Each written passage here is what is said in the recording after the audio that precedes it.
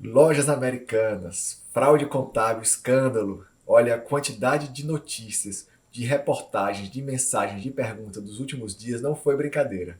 Vamos aqui tentar trocar tudo isso em miúdos. O que foi que aconteceu? No início do ano, o executivo Sérgio Rial assumiu a presidência da Americanas. Ele só passou no cargo 9 dias, mas ele identificou uma fraude contábil na casa dos 20 bilhões. Na verdade, já está sendo estimado que essa fraude, essa contabilidade criativa, digamos, possa chegar à casa dos 40 bilhões. Como é que isso acontecia? Tem um procedimento chamado risco sacado. Esse procedimento ele é legal, ele é comum, sobretudo nas empresas de varejo. Como é que ele acontece? A empresa, caso Americanas, compra do fornecedor, mas aí para dar maior elasticidade ao pagamento, ela recorre aos bancos. Então, o banco quita o fornecedor e a empresa passa a dever ao banco. Assim, no popular, o nome disso é liseira mesmo, né? Chega no dia de pagar, não tem dinheiro, vai lá no banco. Mas assim, esse procedimento é super comum. Ocorre que, ao fazer isso, a empresa precisa dar baixa na dívida que ela tem com o fornecedor e registrar a dívida com o empréstimo bancário. Ocorre que na Americanas, como é que isso estava sendo registrado? Aqui está o balanço patrimonial da Americanas. Então, a gente pode observar um empréstimo com os fornecedores de 8 bilhões e um empréstimo com os bancos de 1 bilhão no curto prazo. No longo prazo, tem mais 8 bilhões em empréstimos. A primeira coisa que a gente tem que compreender é assim: esses 20 ou 40 bilhões, eles estão registrados no balanço. Estão aí. Ocorre que estão registrados de uma forma inadequada. Uma parte dessa dívida que a gente observa no fornecedor, na verdade, deveria estar nos bancos.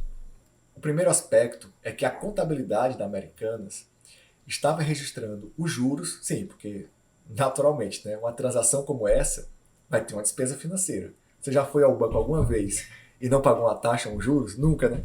Então, nesse caso, a Americanas, ela tinha uma despesa financeira que estava sendo registrada para abater o fornecedor.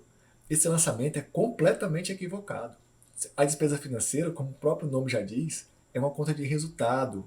Tem que abater o lucro da empresa. Então, ela conseguia, ao fazer isso, dois efeitos positivos, fictícios, mas positivos. Diminuía o endividamento e majorava o lucro.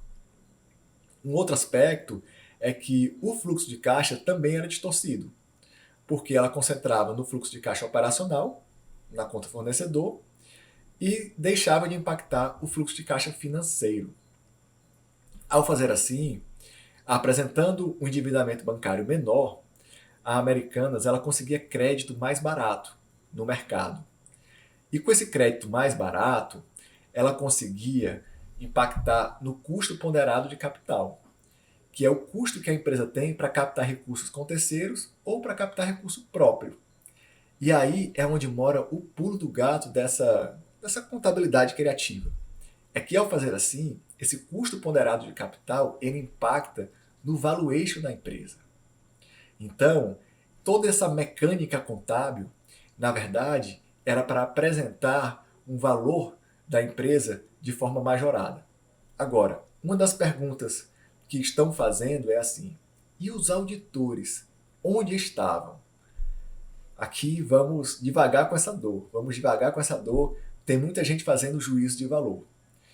Os auditores, eles estão alegando o seguinte, que eles fizeram os procedimentos de auditoria. Nesse caso, um dos procedimentos principais é a circularização. Como é que ela funciona? Os auditores solicitam que a Americanas encaminhe uma carta para os bancos. E nessa carta, pede que os bancos informem para a empresa de auditoria todas as operações que a Americanas tem com aquela instituição. E esse procedimento estava sendo realizado. Agora, os auditores estão informando que essas cartas, os bancos não estavam informando o risco sacado. Então, é por aqui que aparentemente vai caminhar a defesa dos auditores. Agora, e onde fica a responsabilidade? A responsabilidade da auditoria a gente tem que observar na norma. O que é que diz a norma? A NBCT 200 ela é bastante clara. Ela fala, olha, é obrigação do auditor obter segurança razoável de que as demonstrações contábeis estão livres de distorções relevantes, independentemente se causadas por erro ou por fraude. Ou seja, se há uma distorção relevante, caberá à auditoria identificar, independentemente se tenha havido uma fraude. Agora, existe uma outra norma, e essa outra norma ela vai tratar das limitações inerentes ao trabalho da auditoria. Vejamos aqui alguns aspectos. O primeiro deles é a natureza da informação contábil. Diferente do que muita gente pensa, a contabilidade ela não é uma ciência exata. Ela é uma ciência social aplicada, porque ela tem uma natureza interpretativa. Então, essas decisões subjetivas poderão limitar o trabalho do auditor. Um outro ponto é a natureza dos procedimentos.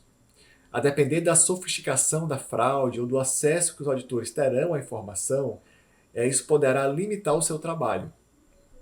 Um terceiro ponto é a necessidade de que a auditoria seja conduzida em um determinado intervalo de tempo. Esse intervalo de tempo também é um fator limitante. Então é isso, pessoal. Vamos aguardar aqui a apuração dos fatos e até breve. Obrigado e espero ter contribuído um pouco com esse debate. Valeu!